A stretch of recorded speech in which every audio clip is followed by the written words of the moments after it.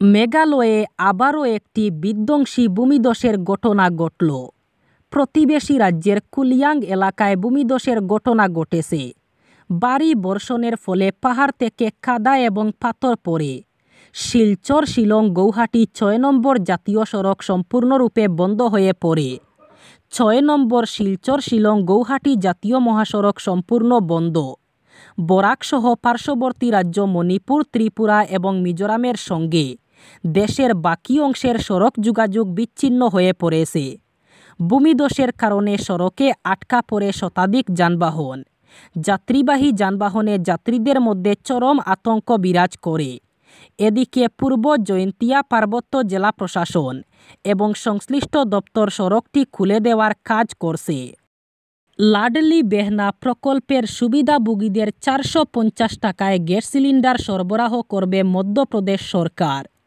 লাডলি বেহনা প্রকল্পটি মধ্যপ্রদেশের প্রাক্তন মুখ্যমন্ত্রী শিবরাজ সিং চৌহান চালু করেছিলেন। এটি একটি বড় পদক্ষেপ ছিল মধ্যপ্রদেশ সরকারের। সারা বছর ধরে এই সুবিধা পাবেন মহিলারা।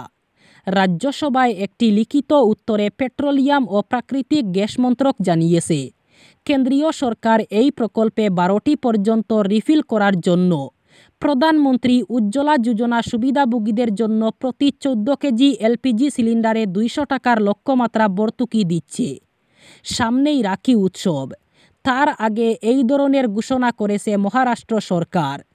এই প্রকল্পের অধীনে মহারাষ্ট্র সরকার প্রতি মাসে দরিদ্র মহিলাদের ১৫০০ টাকা করে ভাতা দিয়ে থাকে।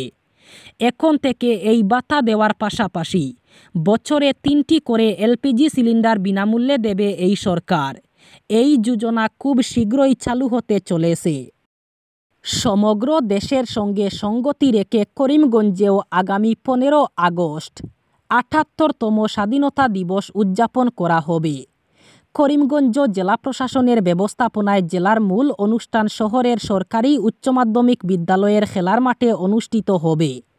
এদিন সকাল ৯টায় করিমগঞ্জ সরকারি উচ্চ মাধ্যমিক বিদ্যালয়ের খেলার মাঠে প্রধান অতিথির উপস্থিতিতে সমবেত জাতীয় সঙ্গীত সহযোগে আনুষ্ঠানিকভাবে জাতীয় পতাকা উত্তোলন এবং ১৫ নম্বর এপিআইআর ব্যাটালিয়ন, করিমগঞ্জ জেলা police, CRPF jawan, home guard, Bharat scout and guides, NCC, কেন্দ্রীয় বিদ্যালয়ের ছাত্রছাত্রী এবং অন্য ২০টি বিদ্যালয় ও মহাবিদ্যালয়ের ছাত্রছাত্রীদের অংশগ্রহণে সম্মিলিত কুচকাওয়াজ প্যারেড এবং মার্চ পাস্ট অনুষ্ঠিত হবে। তারপর অনুষ্ঠিত হবে সাংস্কৃতিক অনুষ্ঠান। দেশের ভয়াবহ বেকার সমস্যার সমাধানের দাবিতে all India unemployed youth struggle কমিটির আহ্বানে দেশব্যাপী সোমবার প্রতিবাদ দিবস পালন করা হয়। রেলসহ কেন্দ্র ও রাজ্য সরকারের লক্ষ লক্ষ শূন্য পদে অবিলম্বে নিয়োগ, অস্থায়ী এবং টিকাভিত্তিক নিয়োগ বন্ধ করে স্থায়ী নিযুক্তি প্রদান এবং কর্মসংস্থান না হওয়া পর্যন্ত উপযুক্ত হারে বেকার ভাতা প্রদানের দাবিতে এদিন শিলচরেও শহীদ ক্ষুদিরাম মূর্তির পাদদেশে বিক্ষোভ প্রদর্শন করা হয়। বিক্ষোভ চলাকালে বক্তব্য রাখেন সংগঠনের কাছাড় জেলা কমিটির আহ্বায়ক পরিতোষ ভট্টাচার্য এবং সর্বভারতীয় কমিটির সহ সম্পাদক বিজিত কুমার সিনহা। বক্তারা বলেন, নরেন্দ্র মোদী প্রথমবার প্রধানমন্ত্রী হওয়ার আগে প্রতিশ্রুতি দিয়েছিলেন যে বছরে ২ কোটি বেকারের চাকরি দেওয়া হবে এবং প্রত্যেকের ব্যাংক অ্যাকাউন্টে ১৫ লক্ষ টাকা করে দেওয়া হবে। ১০ বছর ক্ষমতায় থেকে তিনি কোনো প্রতিশ্রুতি রক্ষা করেননি। সাম্প্রতিক বাজেটেও ভয়াবহ বেকার সমস্যা সমাধানের কোনো সুনির্দিষ্ট দিক নির্দেশ নেই। অথচ কেন্দ্র ও রাজ্য সরকারের বিভিন্ন বিভাগে লক্ষ লক্ষ শূন্যপদ রয়েছে। শেখ হাসিনা প্রধানমন্ত্রী পদ থেকে ইস্তফা দিয়ে বাংলাদেশ ছাড়ার পর কেটে গিয়েছে ১ সপ্তাহ। নোবেল জয়ী মোহাম্মদ ইউনূসের নেতৃত্বে অন্তর্বর্তী সরকারও গঠিত হয়েছে। তারপর এখনও পুরোপুরি শান্ত হয়নি ভারতের পড়োশি দেশ। সে দেশের সংবাদমাধ্যমে প্রকাশ, মাঝে মধ্যেই বিভিন্ন এলাকায় হিংসার ঘটনা ঘটছে। অস্ত্র নিয়ে তাণ্ডব চালাচ্ছে দুষ্কৃতীরা।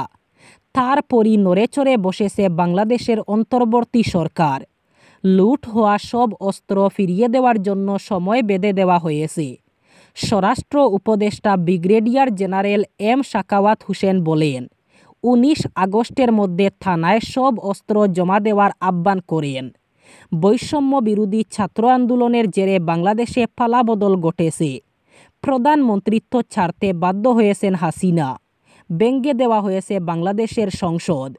হাসিনা বাংলাদেশ ছাড়ার পর থেকেই বিভিন্ন জায়গায় অশান্তির আগুন দাউ দাউ করে জ্বলেছে। লুটপাট, ভাঙচুর, মারধর, খুন কিছুই বাদ যায়নি। বিভিন্ন থানা এবং অস্ত্র ভাণ্ডারে লুট চালানো হয়েছে। দক্ষিণ হাইলাকান্দি ব্লকে সংগঠিত বিভিন্ন দুর্নীতির তদন্ত এবং এমজিএনরেগা প্রকল্পের সঠিক বাস্তবায়নের দাবিতে সহস্রাধিক জনগণকে সঙ্গে নিয়ে কৃষক মুক্তির ব্লক ঘেরাও আন্দোলনে উত্তাল হল মণিপুর।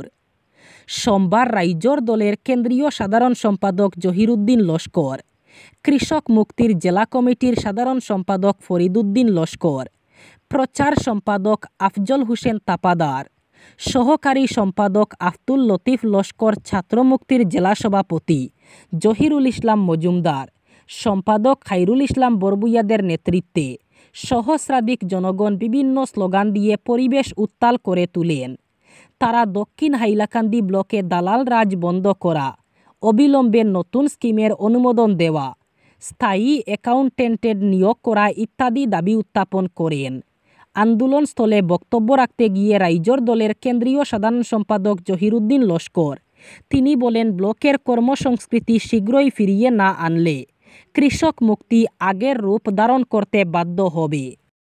রেল স্টেশন, রেলের কামরা, এমনকি রেল লাইন, ভারতীয় রেল যেন সোশ্যাল মিডিয়ায় আতুত গড়ে পরিণত হয়েছে। এবার রিল ভাইরাস ঢুকে পড়ল ট্রেনের ড্রাইভার আসনেও। বিষয়টি নজরে আসার সঙ্গে সঙ্গে পদক্ষেপ নিল রেল পুলিশ। ভিডিওর সূত্র ধরে গ্রেফতার করা হয়েছে 2 যুবককে। পুলিশ সূত্রে জানা গিয়েছে এই ঘটনা মধ্যপ্রদেশের কাসারা রেল স্টেশনে। রেল কর্তৃপক্ষের অনুমতি ছাড়াই মোটরম্যানের কেবিনে প্রবেশ করেন 2 যুবক। এরপর কেবিনের মধ্যেই রিল বানানো শুরু হয়। ভিডিও সোশ্যাল মিডিয়ায় ভাইরাল হতেই তা নজরে পড়ে পুলিশের। শুরু হয় তদন্ত। এরপর যে 2 যুবক ভিডিও বানিয়েছিল তাদের গ্রেফতার করে রেল পুলিশ। পাশাপাশি মধ্য রেলওয়ের তরফ থেকে এক ভিডিও প্রকাশ করা হয়েছে, যেখানে দেখা যাচ্ছে ওই 2 অভিযুক্ত নিজের কৃতকর্মের জন্য ক্ষমা চাইছেন এবং আবেদন জানাচ্ছেন যেন এ ধরনের কাজ অন্য কেউ না করেন। সীমান্ত লাগোয়া এলাকায় হঠাৎ করে শুরু হয়েছে মোবাইল বিভ্রাট। মোবাইল নেটওয়ার্ক মেলায় সমস্যা হয়ে দাঁড়িয়েছে। সীমান্তের গ্রামে দাঁড়িয়ে মোবাইলে ফোন করা অথবা মোবাইলে ফোন আসা 2ই সমস্যা বলে দাবি করছেন বাসিন্দারা। সীমান্তের ওপারে বাংলাদেশে অস্থিরতা এবং সে দেশের নাগরিকদের এদেশে ঢুকতে চাওয়ার চেষ্টার সঙ্গে এর কোনো যোগ রয়েছে কিনা তার কোনো ব্যাখ্যা নেই। পুলিশ এবং বিএসএফ এই সমাপতনের সম্ভাবনা উড়িয়ে দিয়েছে। তবে এরই মাঝে পুলিশের একটি সতর্কবার্তা সামনে এসেছে। পুলিশের সূত্র অনুযায়ী সীমান্ত এলাকার গ্রামের বাসিন্দাদের একাংশের সঙ্গে ওপারের বাসিন্দাদের নিয়মিত যোগাযোগ রয়েছে। সীমান্তের বাসিন্দাদের একাংশের সম্মতিতেই বাংলাদেশের দিকে মানুষজন জড়ো হয়েছিল বলে দাবি। বিএসএফের তরফেও এই যোগাযোগের কথা স্বীকার করা হয়েছে। তারপরেই মোবাইল নেটওয়ার্ক সমস্যা কিনা তা নিয়ে প্রশ্ন উঠেছে। ত্রিপুরা রাজ্যের ত্রিস্তর পঞ্চায়েত নির্বাচনে দোলাই জেলার জেলা পরিষদের 2টি আসনেই বিজেপির প্রার্থীরা বিপুল ভোটের ব্যবধানে জয়ী হলেন। 2টি আসনে বিজেপির প্রার্থীরা জয়ী ঘোষণা দিতেই দলের নেতাকর্মী ও সমর্থকরা দুর্গা চৌমুহনী বাজারে বিজয় মিছিল বের করে বাজার এলাকার বিভিন্ন পথ পরিক্রমা করে দুর্গা চৌমুহনী ব্লকের অধীন দোলাই জেলার জেলা পরিষদের 2 নম্বর আসনের বিজেপি প্রার্থী আরতি চন্দ তার নিকটতম প্রতিদ্বন্দ্বী জাতীয় কংগ্রেসের প্রার্থী রীতা দাসকে 2810 ভোটের ব্যবধানে হারিয়ে দেন। মোট ভোট কাস্টিং হয় 7331টি।